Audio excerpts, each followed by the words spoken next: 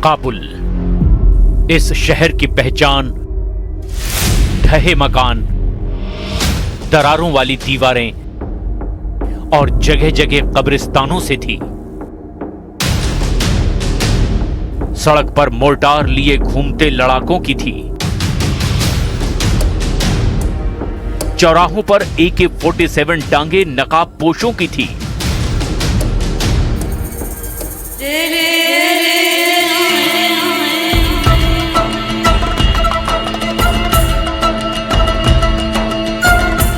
मगर काबुल में कुछ दिनों तक ये सब बदल गया। न गोलियों का शोर, न बमों के बाद का चित्कार।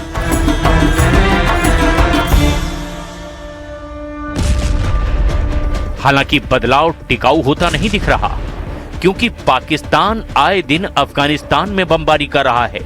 जून के आखिरी हफ्ते से छिड़ी अब की बार की ये लड़ाई अब भीषण होती जा रही है।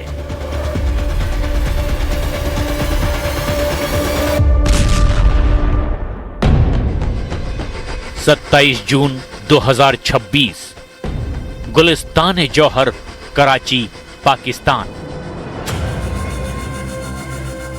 पाकिस्तानी सेना के सिंध रेंजर्स का हेडक्वार्टर। मगरिब की नमाज का समय था, इसीलिए भीड़ ज्यादा थी। तभी गुलिस्तान जौहर में बारूद से ठसाठस लदा एक ट्रक गरजने लगा। कोई कुछ समझ पाता उससे पहले ही ट्रक सिंध रेंजर्स मुख्यालय के गेट से जाकर भिड़ गया। उस टक्कर के बाद ऐसा धमाका हुआ कि पूरा कराची ही दहल गया।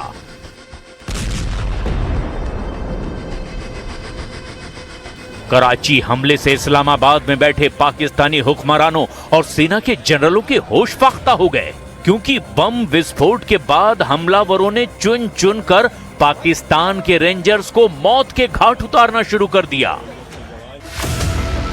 गुलिस्तान जौहर टाउन में बारूदी भिड़ंत में 3 पाकिस्तानी रेंजर्स मारे गए, 4 सैनिकों की जान पर बन आई।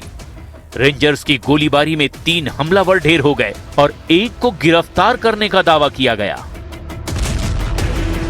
कराची में पाकिस्तान की सेना को टहलाने वालों ने खुद को जमात उल एहरार ग्रुप का लड़ाका बताया। ये ग्रुप तहरीक तालिबान पाकिस्तान से जुड़ा है।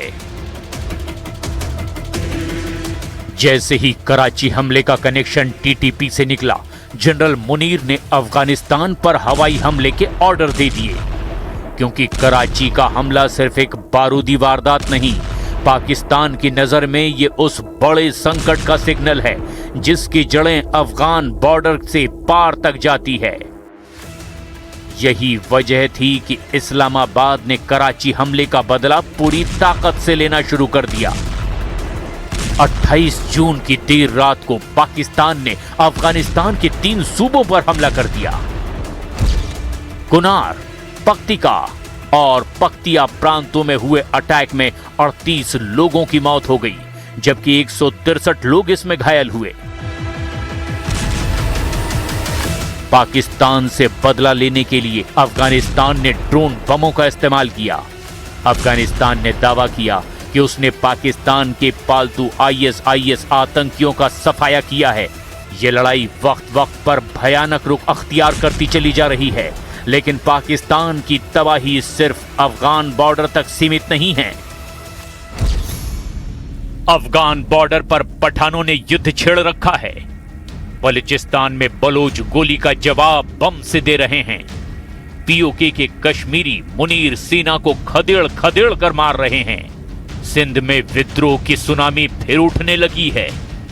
पाकिस्तान के चारों सूबों में गृह युद्ध भड़क चुका है। POK में शौकत मीर की गिरफ्तारी अब फील्ड मार्शल मुनीर के गले की हड्डी बन चुकी है। रावलाकोट समेत कई शहरों में दिन रात प्रदर्शन होते चले जा रहे हैं। लोग हजारों की तादाद में सड़कों पर उतरकर गुस्से का इजहार कर रहे हैं। POK में बुनियादी सुविधाओं के लिए शुरू हुआ आंदोलन अब इस्लामाबाद के खिलाफ बगावत शुरू कर चुका है। POK में JAAC यानी जम्मू कश्मीर जॉइंट अवामी एक्शन कमेटी के नेता शौकत नवाज मीर की गिरफ्तारी नया मुद्दा बन चुका है। इस वक्त पाकिस्तान के खुफिया एजेंसी आईएसआई भी पीओके में बहुत ज्यादा एक्टिव है। पीओके में पाकिस्तान के खिलाफ नारेबाजी तेज होती चली जा रही है। महिलाएं भी प्रदर्शन में जमकर हिस्सा ले रही हैं। पीओके में महंगाई और बुनियादी अधिकारों को लेकर शुरू हुआ यह आंदोलन अब बढ़ता ही चला जा रहा है। नया मुद्दा शौकत नवाज मीर की गिरफ्तारी का है। शौकत मीर पाकिस्तान के कब्जे वाले कश्मीर में ज्वाइंट अवामी एक्शन कमेटी के नेता हैं।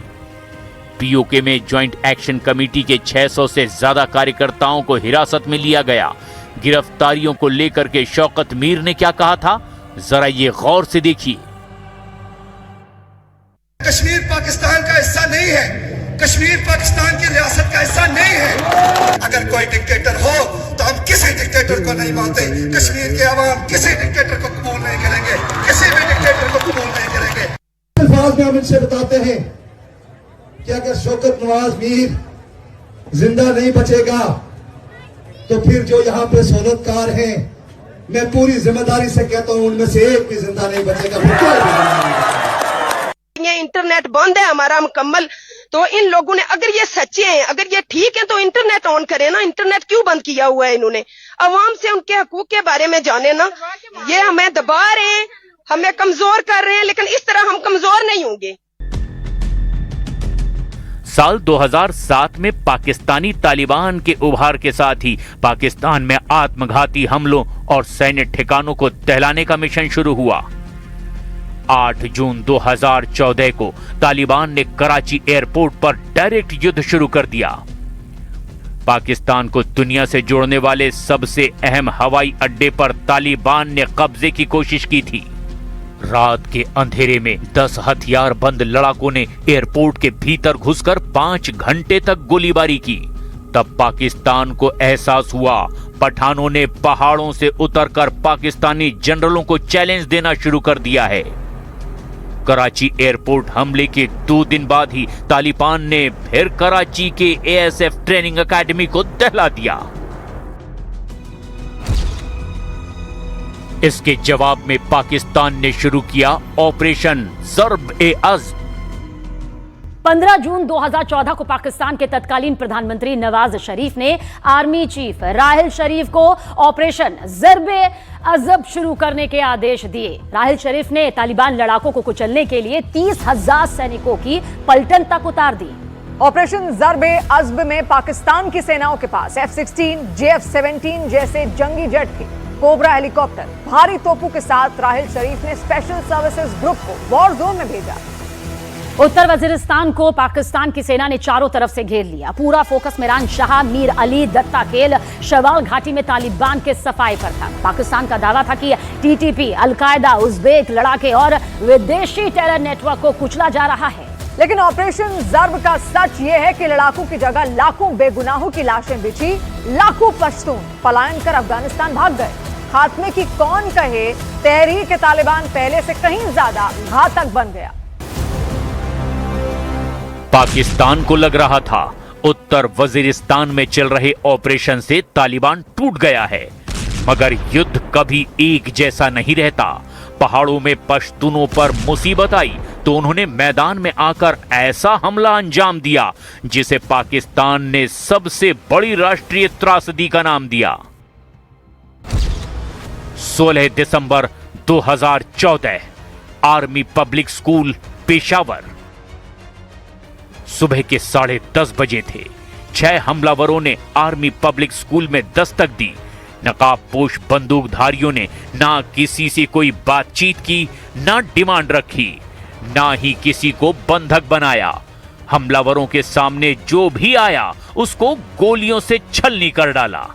पेशावर आर्मी स्कूल में ऐसा भयानक हमला हुआ, स्कूल का हर कमरा, हर सीढ़ी, हर बरामदा खून से सन गया। चंद मिनटों में 149 लोग मारे गए, जिनमें 132 बच्चे शामिल थे। 8 से 18 साल के बच्चे। इस त्रासदी के कुछ ही घंटों बाद तहरीक तालिबान पाकिस्तान ने इस हमले की जिम्मेदारी ली। टीटीपी ने पेशावर हमले को ऑपरेशन ज़र्ब-ए-अज़्ब का बदला कहा।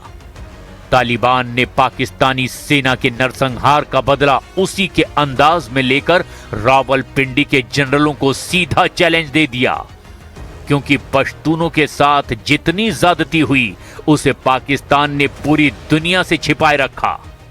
पश्तूनों की जमीन छीनने और उनकी पहचान मिटाने का मिशन पाकिस्तान के बनने से शुरू हुआ था, जिस जमीन पर आज जनरल मुनीर अपने टैंक दौड़ा रहे हैं। वो कभी फेडरली एडमिनिस्ट्रेटिव ट्राइबल एरियाज, जिसे FATA कहते हैं, का हिस्सा थी।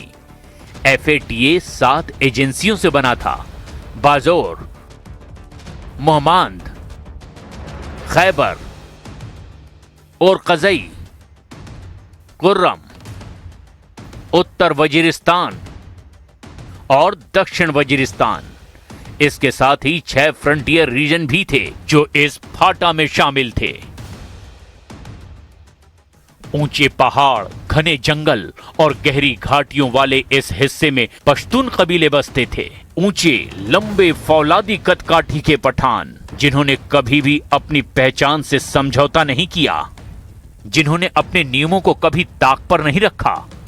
17वीं सदी के महान पश्तो कवि खुशाल खान खट्टक, जिन्हें पश्तो साहित्य का जनक कहा जाता है, उन्होंने पश्तूनों की ये पहचान बता रखी है: दा अफगान पानंग में उतुरल्ला तोरा, नांग्या लाई दा जमानाई खुशाल खट्टक याम। मतलब ये कि अफगान की आन के लिए मैंने तलवार उठाई है, मैं हूं खुशाल खान खट्टक। स्वाभिमानी पठानों पर पाकिस्तान ने बहुत जुल्म ढाए, जिसके विरोध में पश्तून तहफ्फुज मूवमेंट शुरू हुआ। इस मूवमेंट के लीडर हैं मंजूर पश्तून, जिनके शुरू किए गए आंदोलन ने जनरल मुनीर की जमीन खिसका दी है।